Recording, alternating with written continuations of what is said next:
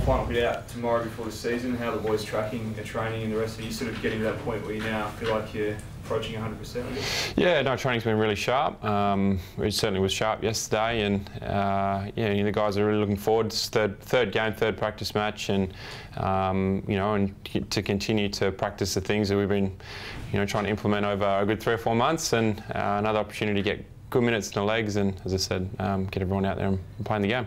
I'm surprised it's only now, I think, 8 or 9 days away from round 1 for you guys against Collingwood next week. Yeah, well, I mean, it's gone exceptionally fast, but I could say 10 years has gone exceptionally fast. No, it's, it's said 3 or 4 months of training. When you're into it every day, it does move along very quickly, but as I said, everyone's really excited and looking forward to the start of the year, and said finish our last practice match tomorrow, and then right into preparations for round 1.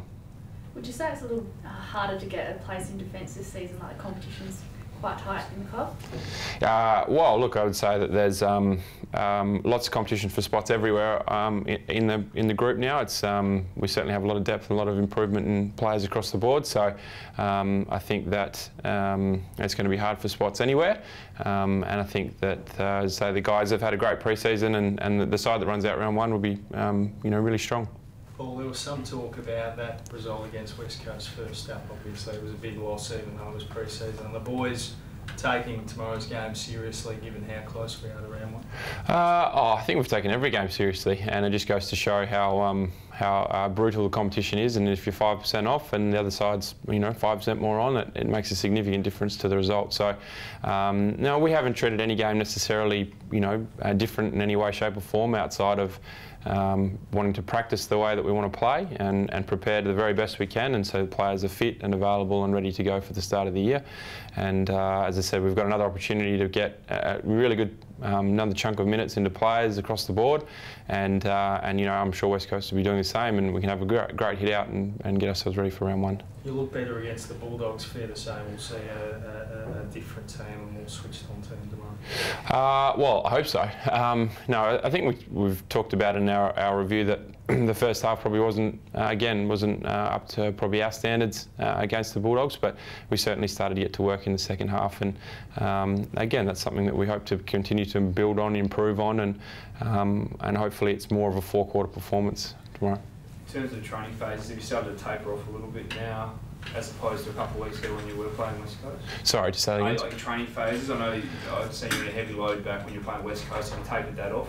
Yeah, it's probably been adjusted just marginally. Which has been good. So obviously freshens everyone up a little bit. But again, as I said, that's up to the fitness staff and the coaches, and they design the program, and we just go there and try and get it done. Scotty Gumbleton, has he been around the club much the last few days, and what are his spirits like after obviously a pretty disappointing setback? Yeah, no, I mean he has. He's been in every day, and it's obviously quite disappointing. He's hardly missed a session at all, Scott, and he's been fantastic in the way he's approached the group and his buy-in and then his work rate as well. So it's obviously disappointing for him and for us, but look, he'll get plenty of support from the players, and I'm sure he'll get it right. And there's still plenty of football to play this year, and he'll be back. Well, West Coast have been really impressive in their first 2 games. As an outsider or someone down the road, do you think they'll do well this year? Oh, it's so hard to tell so early on the season, but yeah, they have been really impressive. So obviously with new coach and new system and everyone really, and a really good pre-season, they're playing great football, and that's hopefully usually will be a good sign to them having a good season. So, but as I said, it's so far to go at this stage in time. It's very hard to predict where everyone's going to end up or anything like that. So, all you can do is prepare to the best of your ability this time of year, and then go out and perform. Yourself recently re-signing, easy decision? Yeah, no, absolutely. Yeah, no, look, I love the club, and I've very much enjoyed my time here. Very passionate. It's a great time to be at the football club. Really looking forward to the future, and I'm not one of the young guys anymore, but I certainly just enjoy my time here, and yes, an easy decision. Any improvement left in your game that you can see, anything that you'll concentrate on this year? Oh, lots of improvement, absolutely.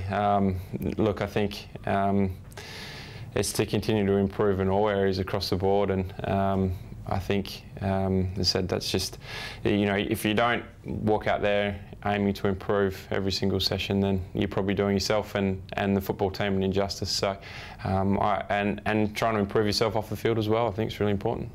The captain's poll came out today, and Frego's, you know, tipped to be in the top run for finals this year. How do you take that as going into round one? Is it something that you expect, or does it add a bit of pressure?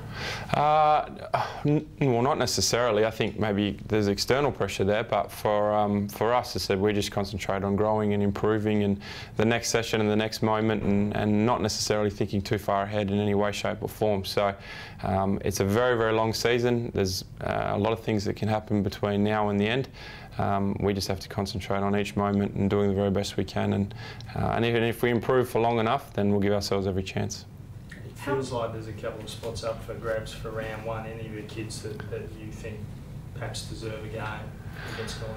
I think that there's, as I said previously, I think there's just been there's been a really good chunk of players across the board, from first yearers to the older statesmen in terms of Pav and Aaron and Luke as well. So I think that everyone's put in a really good bulk of work, and as I said, that side that goes to round one will really deserve it, because they would have done a lot of the work to get to that point.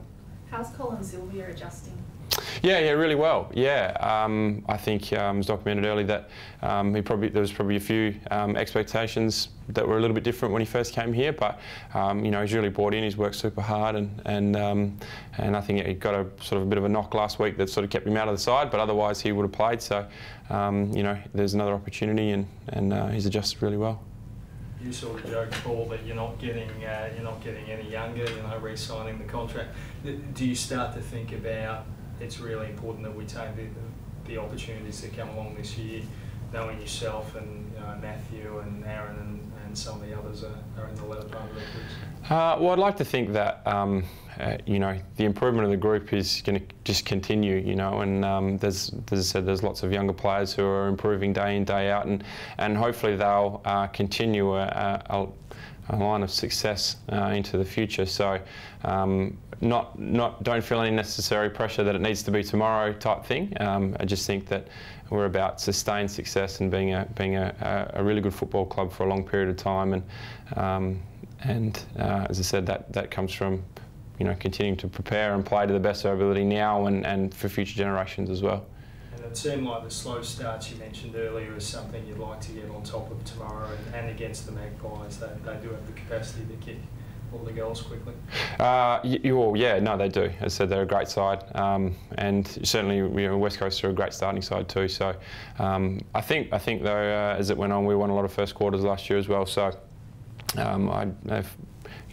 that's something that I think it's a strange stat, like 90%. You're a chance to win, 90% chance to win the game if you win the first quarter. So it just goes to show you that starts across the board are very important.